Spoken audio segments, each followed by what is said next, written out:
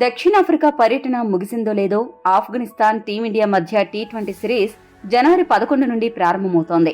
ఈ 3 టీ20ల సిరీస్ కోసం భారత సెలక్షన్ కమిటీ స్క్వాడ్ను కూడా ప్రకటించింది. అయితే ఈ మొదటి టీ20 కోసం ఏ తుది జట్టుతో బరిలోకి దిగితే బాగుంటుందో ఇప్పుడు చూద్దాం. జట్టు ఓపెనర్లుగా రోహిత్ శర్మ, యశస్వి జైస్వాల్ భారత ఇన్నింగ్స్ ప్రారంభించాలి. ఈ కుడి ఎడమల జోడీపై భారీ అంచనాలే ఉన్నాయి. వీరు గనక కుదురుకుంటే టీ20 ప్రపంచ కప్లో ఇదే జోడీని కొనసాగించే యోచనలో ఉంది జట్టు యాజమాన్యం.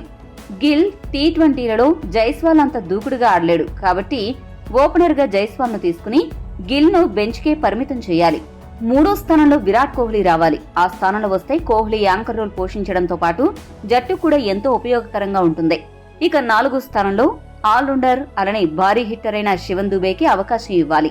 ఆ స్థానంలో సిఎస్కేకు ఆడిన దుబే భారీ హిట్టింగ్ చేయగలను అని నిరూపించాడు. టీమిండియాకు ఫాస్ట్ బౌలింగ్ ఆల్రౌండర్ అవసరం కూడా ఉంది. హార్దిక్ పాండ్యా ఎప్పుడు ఉంటాడో ఎప్పుడు ఉండడో తెలియదు కాబట్టి టీ20 ప్రపంచ కప్ ను దృష్టిలో పెట్టుకుని దూబేకు అవకాశమిచ్చి తిలక్ వర్మను బెంచ్ కి పరిమితం చేయాలి. వికెట్ కీపర్ పాత్రలో సంజు శాంసన్, ఫినిషర్ పాత్రలో రింకు సింగ్ ను ఎంపిక చేయాలి. Shivan Dube fast bowling allrounder గా కూడా బాధ్యతలు నిర్వహిస్తాడు కాబట్టి స్పిన్ ఆల్రౌండర్ బాధ్యతలను అక్షర్ పటేల్ కు అప్పగించాలి. ఇక జట్టులో స్పెషలిస్ట్ స్పిన్నర్ గా రవి బిష్నోయ్ ను సెలెక్ట్ చేయాలి. టీ20లలో కుల్దీప్ కంటే బిష్నోయ్ ఎఫెక్టివ్ గా బౌలింగ్ చేయగలడు. ఫాస్ట్ బౌలర్లుగా ఆవేష్ ఖాన్, హర్షదీప్ సింగ్, ముఖేష్ కుమార్లు బాధ్యతలు నిర్వహిస్తారు.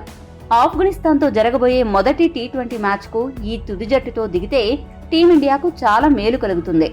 మొదటి మ్యాచ్ కు గిల్, తిలక్ వర్మ, జితేష్ శర్మ, సుందర్, కుల్దీప్ లను బెంచ్కే పరిమితం చేయాలి. ఈ ప్లేయింగ్ 11 పై మీ అభిప్రాయాన్ని కామెంట్ చేయండి. మరిన్ని స్పోర్ట్స్ అప్డేట్స్ కోసం మా ఛానల్ ను సబ్స్క్రైబ్ చేసుకోండి.